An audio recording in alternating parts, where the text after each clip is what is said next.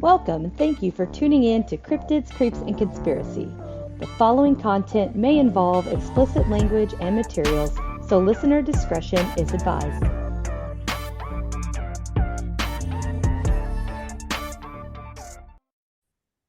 All right, welcome back. And again, with me is the marvelous Frankie from The Haunted and the Strange. This week, we're going to get back into some spookiness. I know we've kind of been away from that for a little bit, and we are going to talk about the Haunted Dock Street Theater, which I kept trying to type theater, but it's like theatre. Yeah, whatever. We're gonna do some background first, just to kind of go. And interestingly enough, the theater isn't even on Dock Street, but it's actually at 135 Church Street. Thought that was kind of funny. I was like, wow. That is kind of funny. They missed the mark on that one, didn't they? Yeah. And on top of that, the theater actually used to be a hotel, but not just any hotel. It was actually the last surviving antebellum hotel, also known as, quote unquote, Old South Plantations. Mm-hmm. But the word antebellum literally just means before the war. So this goes to a lot of buildings, especially in the South prior to the Civil War, and that's where the names come from.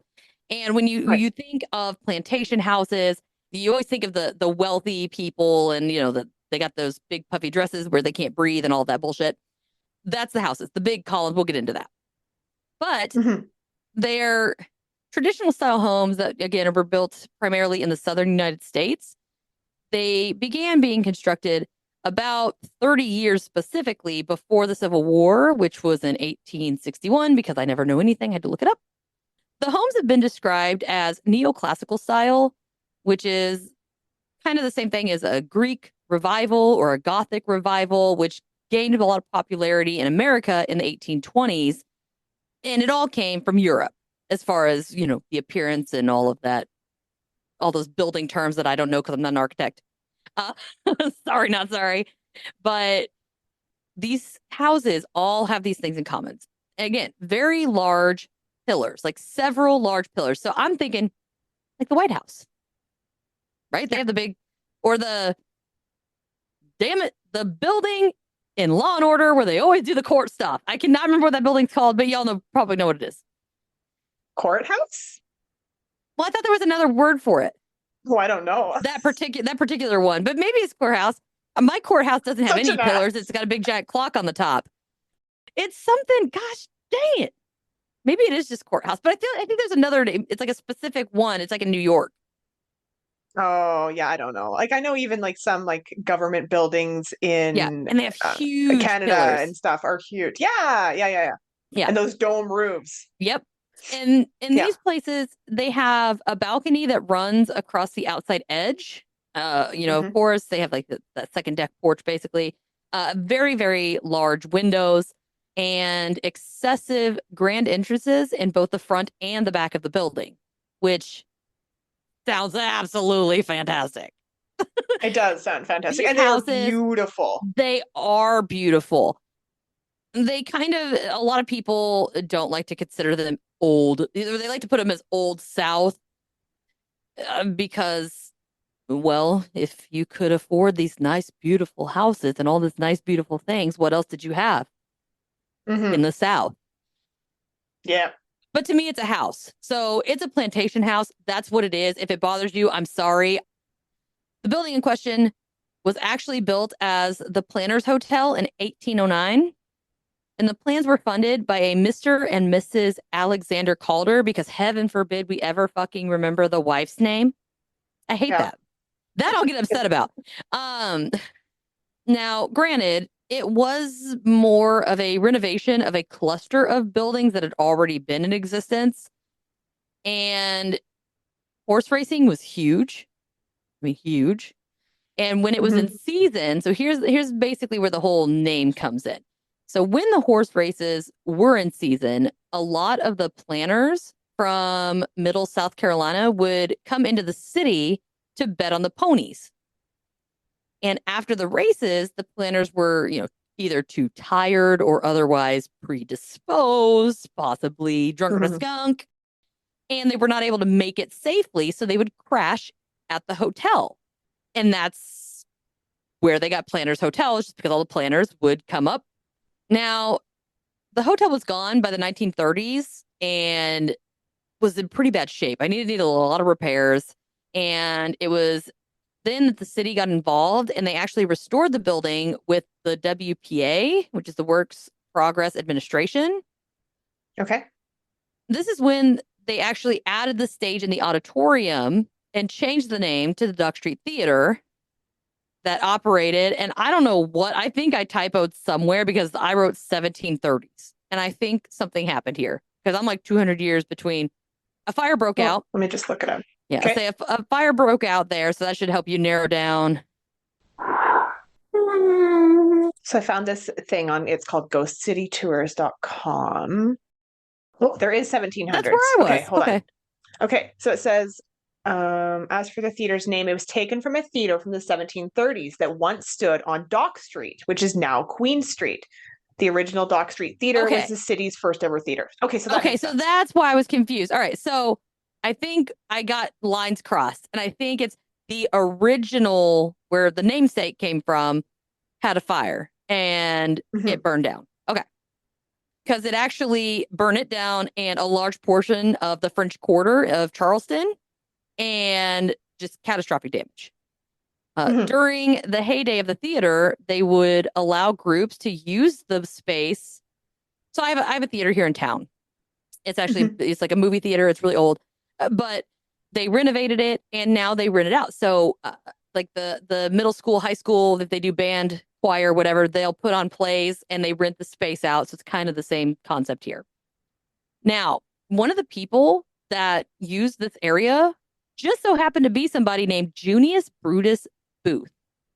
And if that name sounds familiar, it's because he later spawned none other than John Wilkes Booth. Oh. Yeah. Supposedly, one night after a performance, though, Junius got mad, and I wrote made, because apparently I need not do notes at 2 a.m, and attacked and killed a hotel manager. At a theater. At a theater. I'm going to mess with these guys in theaters. Now, he didn't shoot him, but I think he beat his ass and killed him. After that, there was a big long string of bad luck. So the Civil War obviously threw a giant monkey dick in the works. And after the war, the hotel suffered at the hands of the then damaged economy as a result of Civil War, and over time fell to ruin and just left to rot. Now, again, we kind of went back a little bit. Now we're going back. WPA joined forces with Calder to restore it. It actually remained open all the way to 2007 for even like it just needed more renovations. Everything's been so the Calders spent $19 million and took 3 years to complete the upgrades. That's a lot of fucking money. Yeah, and the least you could do is know her damn name, but whatever. Let's call her Mary. I bet it was Mary. Yeah, I bet with her, without her, he would not have those $19 million to fork over to a theater. So now we're just going to that's kind of basically the history, and then it's kind of been what it is ever since then, and things run. Now there is some odd stuff that's been reported, and they say that some of the city's most prominently known ghosts are frequently seen at the Dock Street Theater. Some of the guests reported seeing spirits roaming around the grounds or even seeing shadow figures in the rafters of the building, which I think is scarier than seeing a shadow person on the ground with you. Like, I mean, if it's something in the air, just no, thank you. Because what if it like pounces? Yeah. Okay. Yeah, that just gives me the willies. They also say apparitions actually just walk across the stage. So maybe like after death, these people are like, the show must go on or whatever. I don't know. Or whatever they say. Yeah. Isn't that what they say? The show must go on. A rose by any other name still smells as sweet. Sure. Like, I don't know. I think that's how it goes. I don't know anything. That's how it goes. This is what happens when you don't read. I read, sorry, but also I don't know if that's accurate, but Anyways, okay. Poems by Frankie. Even though there's all of these sightings, there's two main spirits that seem to get the most attention from anybody visiting. And it's without no surprise that one of those spirits is, in fact, Junius Booth. Now, this is, to me, it's strange because he wasn't even in the state when he died. He was in Louisville, Kentucky. Okay. Yeah. The only tie that he has to the building is the supposed murder of the hotel manager. So there's really no reason, I think, for him to actually be there. I think people just tag him because he was known to exist there at some point. Yeah, he was there and he's famous. Yeah, because usually, like, I know spirits. Well, I don't know because it's all I know a guy. hypothetical. I know a guy who knows a guy, but I've read that spirits will attach themselves to places that they like really enjoyed in life. So, but I don't think that this would have necessarily been this for him. Unless, well, sometimes it's not always nice. It could be very bad. Yeah. Yeah. Now, but I don't think if he did anything bad, then he'd attach himself to that building. Like if he was murdered there, maybe he'd be attached to it. Well, my thing is they don't always attach to a building, but they might attach to a thing. And if that thing is kept in the building, maybe whatever that piece is that's in the building is attached to the building. Kind of like, okay, I don't want to use that example. Hold on. Well, you could attach yourself to a jewelry box. Yeah, and then the jewelry box, like you die, and then your great granddaughter gets the jewelry box, and then she sells it in a, I don't know, yard sale to Susie down the block, and now Susie's and then like, Susie's haunted. Who the hell's this bitch? Get this. Who is this lady? Why is she Martha here? Yeah, why is she so mad at me? She acts like she doesn't even know me. But the other one, the other spirit, is a little bit. There's a little more information on her, and I find it a little more interesting. So, they think it is Nettie Dickerson, and this is fucking awesome. I love this bitch. All right, she's something. Now, Nettie was a 25-year-old who moved. Oh, by the way, single lady, moved to the area in the 1840s. And, well, wouldn't you know that 25 is apparently old. So they were like, oh, God, look at this single old bitch. No one wants her, blah, blah, blah. Yeah. And she was seen around the Planter Hotel. And at first, she wasn't a member of anything there. She just was kind of around. And she was, well, a popular escort of sorts. Oh, okay. She operated out of the hotel. I see. Yes. And because of the times, she was well beyond marrying age, and everyone labeled her as a spinster. So she was just a spinster, lady of the night. Yes. Spinster by day, lady of the night. Sorry. That'd be me if I was her. That'd be me. I'd be a spinster. Here's where it gets interesting. Over time, she kind of veered off of her normal path and became a clerk at the St. Philip's Episcopal Church. Episcopal Church? I don't know. I think it's right. I don't fucking know. Sorry, guys. Some church. Now, she got along with everyone, but she just never felt like she belonged, which, again, if you spent how much of your life being a, whatever, I don't know what political correct shit is, sorry. If you were basically a hooker for years, you're already told, at this point, you got two options. You're never going to marry. You're 25. You're old. You're whatever. Your options are none, hooker. I mean, really, if you think about back in the day, what other option do you have? No one will marry you. You didn't really have any other options. Yeah. So, I mean, it is what it is. She really didn't have a choice. But now eventually she gave trying to make it big in Charleston, left her job. She took her savings. As a hooker. I think she quit both the job. She just quit because she was a clerk at the church. Right. Okay. Yeah.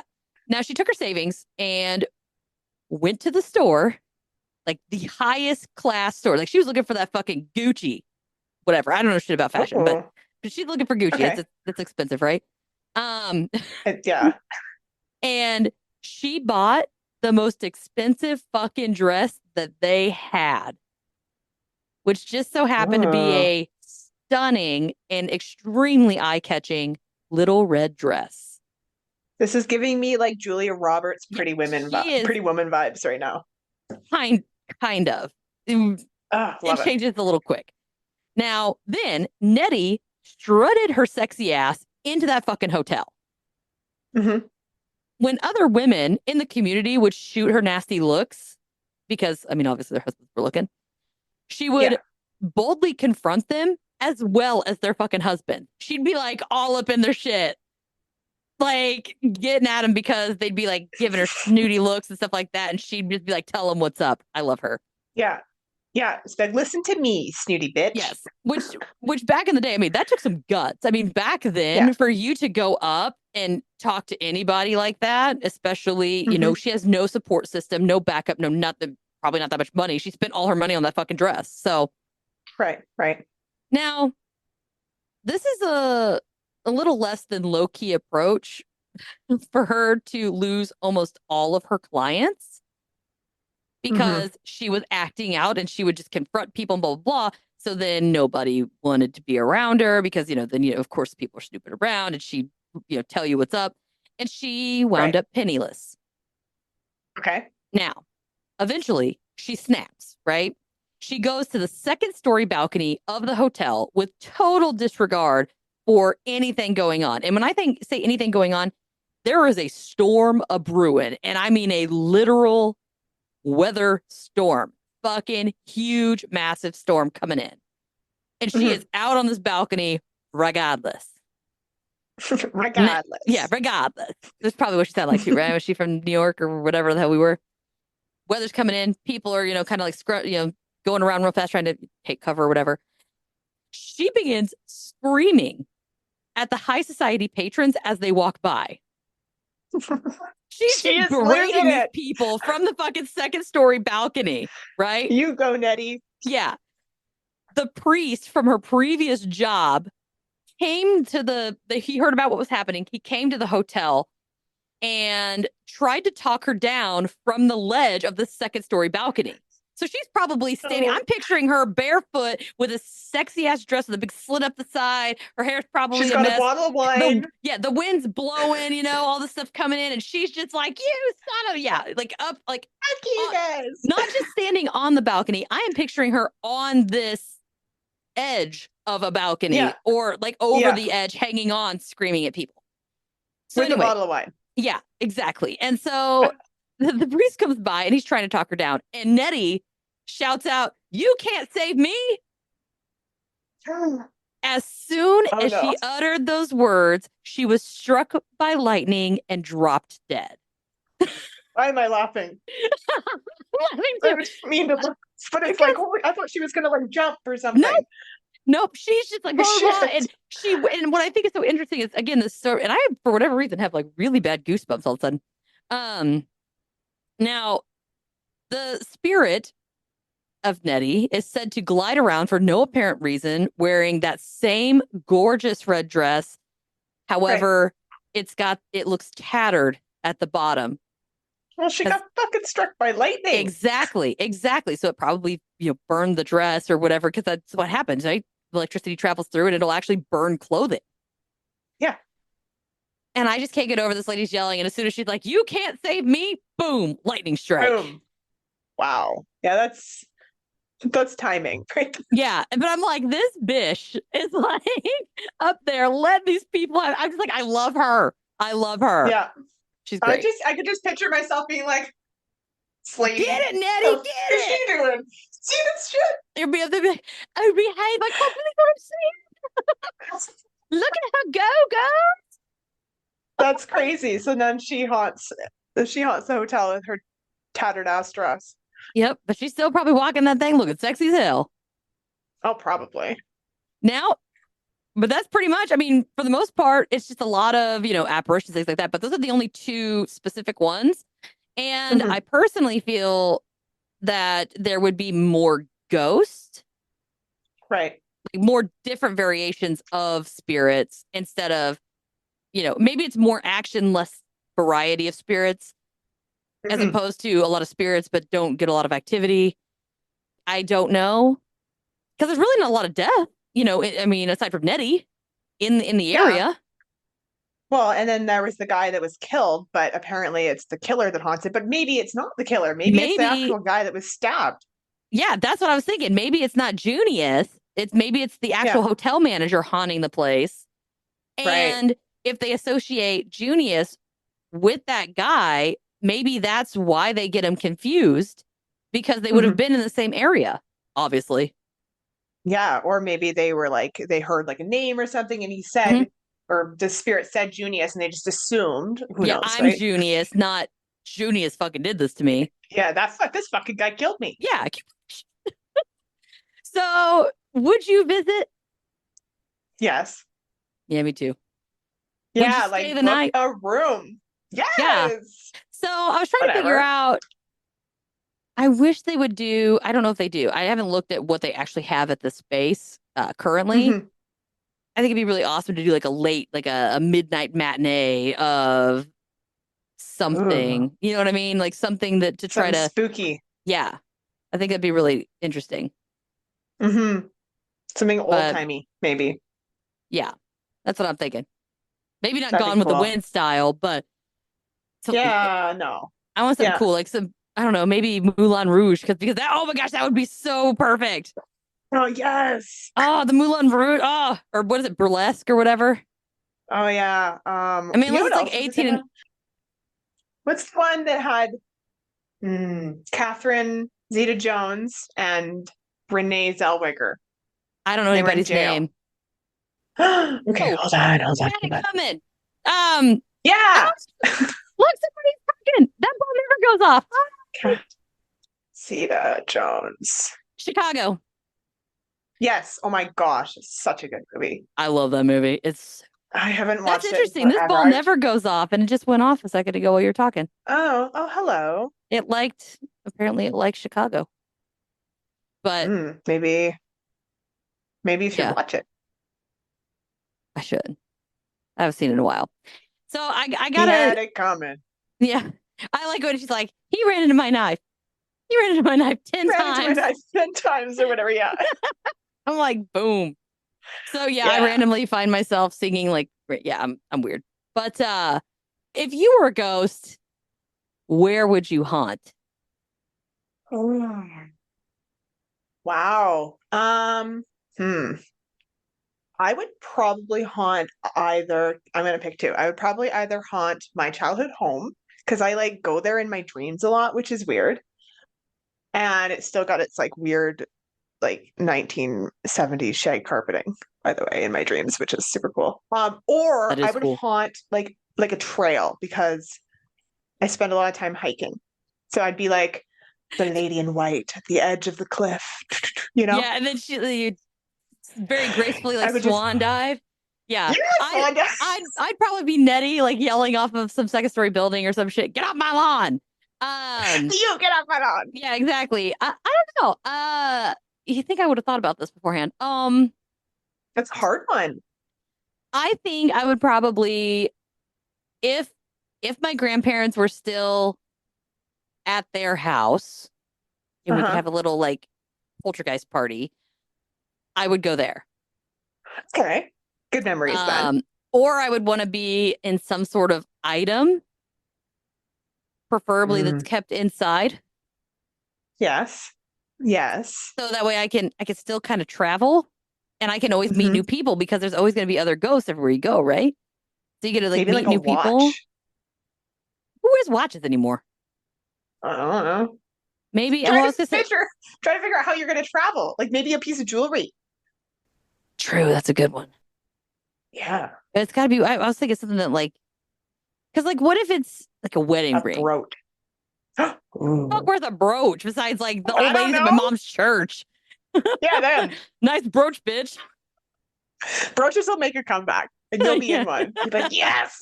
Brooches are bomb. Shit. I got my Gucci brooch. I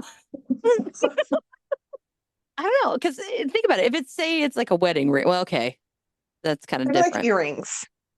Yeah, like well, everybody loses an earring. Oh my I'd gosh. say What are you gonna be then? necklace would be good because people don't lose it Yeah, as much, right? Because they wear it all the time. that's that's true. But what if you get to a place and you're the necklace? Well, then you kind of like go everywhere. But then like, what if it's like this other person haunts something and say they buy the matching earrings and somebody else haunts the earrings and you fucking hate this dude. You're like, God, this bitch has been following me around for 20 years. Just die already. Oh my Please don't give gosh. us to the same inheritance. Like, send me to somewhere It would else. be it would be like Nettie and this whoever the other guy is that haunts this place. Oh, Like, what if you didn't like him? what if you haunted a dildo? Um, I- mm, do people get that attached to those? I don't even know what to say right It's laughing at that one, like that one. now. So Yeah, I did apparently like this is that a one. raunchy ghost that likes the movie Chicago and dildos. Oh, That's funny because that one never goes off. hmm.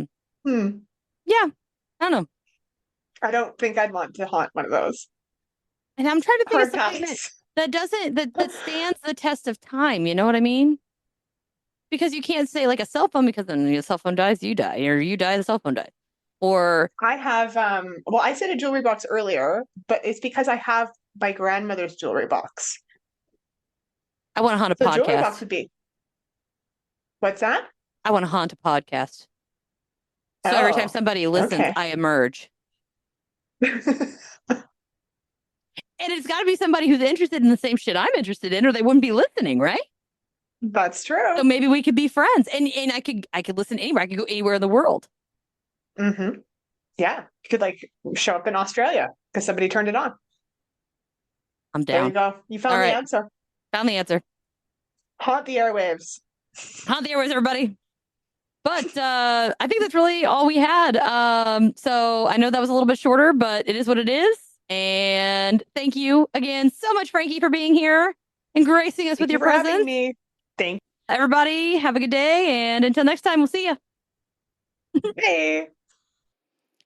Thank you for listening to this episode of Cryptids, Creeps, and Conspiracy. If you wouldn't mind, please take a moment and rate and review the show wherever you're listening. I know it might not seem like much, but it greatly helps the show by allowing us to be found more easily when other listeners search for us. If you have a chance, head on over to www.patreon.com/cryptids, creeps, and conspiracy and become a patron. Members of the Big Show tier get bonus materials, personalized shout-outs, access to the private Discord server, and video versions of episodes, both regular and members only, that are raw and unedited. So they're always a good time. As an added thank you to the Big Show patrons, we also are going to be giving out custom stickers and mini prints after 3 months of membership. I'm currently offering a 7-day free trial, so head on over and see how awesome being a member can be. Before you go, click the link in the description and grab yourself or someone you know some of the self-designed merch, or make a donation to help keep the show going and fund future events and investigations. T-shirts, hoodies, stickers, and magnets can be found on the TeePublic site, and they have sales at least once a month. I believe it is 30 or 35% off. I'm sorry, I don't remember exactly how much, but keep checking back and get them when they're discounts. They have $16 tees, and it's great. For handmade crochet items such as Nessie, Mothman, aliens, Fresno nightcrawlers, and the little ghosts or a big ghost, as well as pants, swimwear, the best tumblers I have found yet as far as merch is concerned, dresses, office supplies, and more, visit the Square merch store. You can also follow the podcast on Facebook, Instagram, X, YouTube, Threads, and TikTok. If you have any questions, topic recommendations, or personal encounters, please don't hesitate to send them in to cryptidscreepsandconspiracy@gmail.com or submit them through the contact form at www.cryptidscreepsandconspiracy.com. I would love to hear from you and share your experience on a special listener episode. Just make sure to specify that I have permission to add your encounter to the show, and let me know whether you would like to have your real name or an alias to maintain confidentiality. Thank you again so much for all your support, and I'll see you next time, my friend.